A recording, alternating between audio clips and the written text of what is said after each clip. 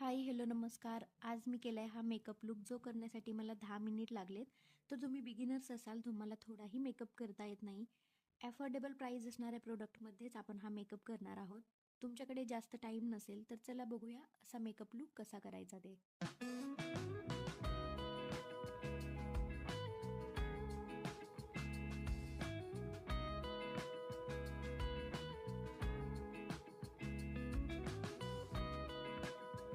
Hello, कसे आहात सगळेजण? आशा करते तुम्ही सगळे खुश असाल, आनंदी असाल. सर्वात आधी तुम्हाला कोणत्याही फेसवॉशने फेसवॉश करून घ्यायचं आहे. आता सर्वात पहिली जी स्टेप आहे ती म्हणजे मॉइश्चरायझर. इथे मी लॅक्मे मॉइश्चरायझर यूज केलेले आहे. तुम्ही कोणतेही तुमच्या स्किनला सुटेबल असं तुम्ही यूज करू शकता. तर ज्यांची स्किन ड्राय असते, सेन्सिटिव्ह असते, त्यांच्यासाठी हे मॉइश्चरायझर खूप छान आहे. आणि तर तुम्हाला हे ना ₹50 इझिली मेडिकल स्टोअरमध्ये किंवा स्टेशनरी स्टोअरमध्ये मिळून जाईल. आता कोणताही मेकअप करताना मॉइश्चरायझर लावणं खूप गरजेचं आहे, कारण मॉइश्चरायझर लावल्यामुळे आपली स्किन ग्लोईंग दिसण्यासाठी किंवा हायड्रेटेड दिसण्यासाठी खूप मदत होते. तर हे तुम्ही स्किप करू नका.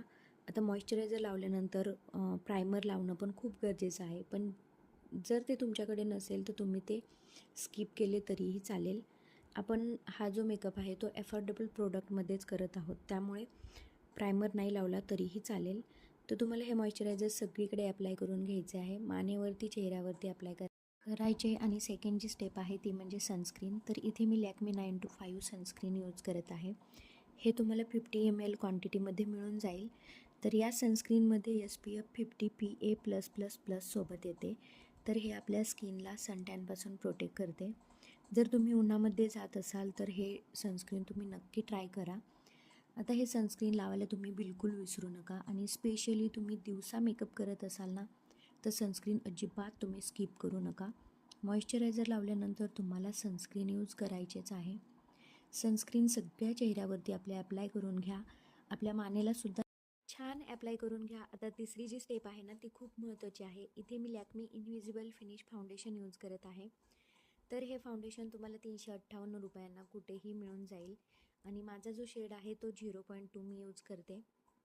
तर हे फाउंडेशन मी गेले 2 ते 3 वर्ष झाले यूज करते. खूप सुंदर आहे आणि तुम्हाला हे फुल कव्हरेज देणार आहे.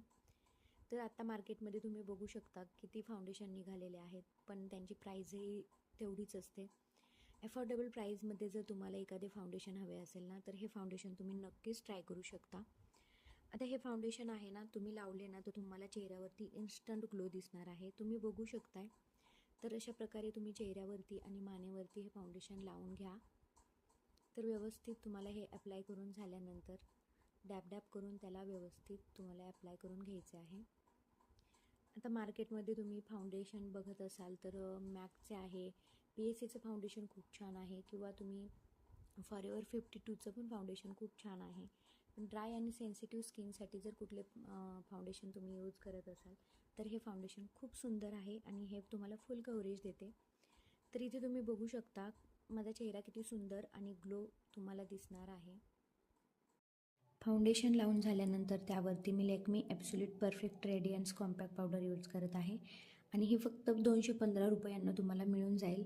तर ही खूप छान आणि फाईन पावडर आहे, त्यामुळे स्मूथ असं टेक्स्चर तुमच्या चेहऱ्यावरती येणार आहे.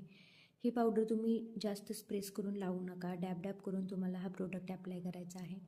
तर अशा प्रकारे तुम्ही बघू शकताय ते व्यवस्थित अप्लाय करून घ्यायचं आहे. आणि सर्वांना आवडती जी स्टेप आहे, जी केली तर तुमचा मेकअप लूक अगदी उठाळून दिसणार आहे, ती म्हणजे लिपस्टिक.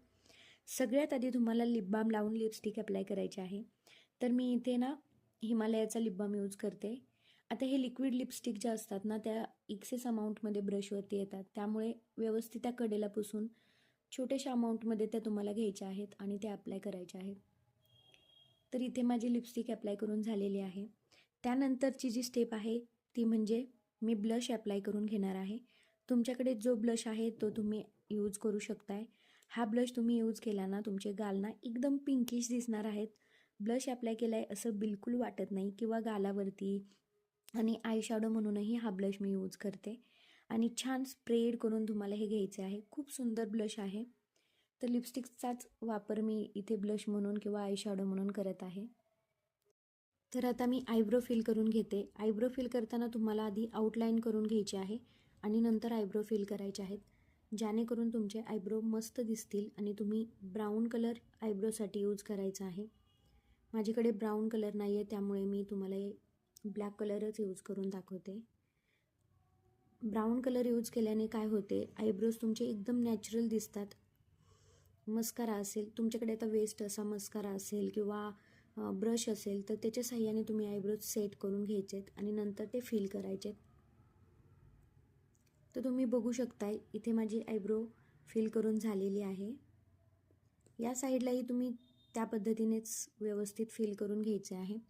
तुम्ही बघू शकताय स्टार्टिंग पॉईंटला जो गॅप होता तो मी फिल करून घेतलेला आहे. आता त्यानंतर मी छान असं काजळ यूज करून घेणार आहे. तर काजळासाठी मी इथे लॅक्मी काजळ पेन्सिल यूज करते.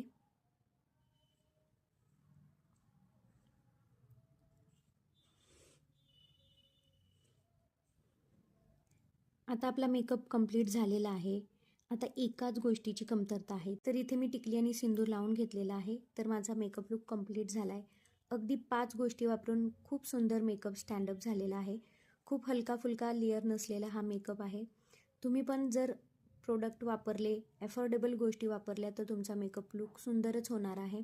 असा लुक तुम्ही पण ट्राय करा. तर मैत्रिणींनो, हा होता आजचा व्हिडिओ. आय होप तुम्हाला आवडला असेल. व्हिडिओ पाहिल्याबद्दल खूप खूप धन्यवाद. चला भेटूया अशाच एका नवीन व्हिडिओमध्ये. तोपर्यंत काळजी घ्या, आनंदी राहा. लाईक करायला, सबस्क्राईब करायला विसरू नका.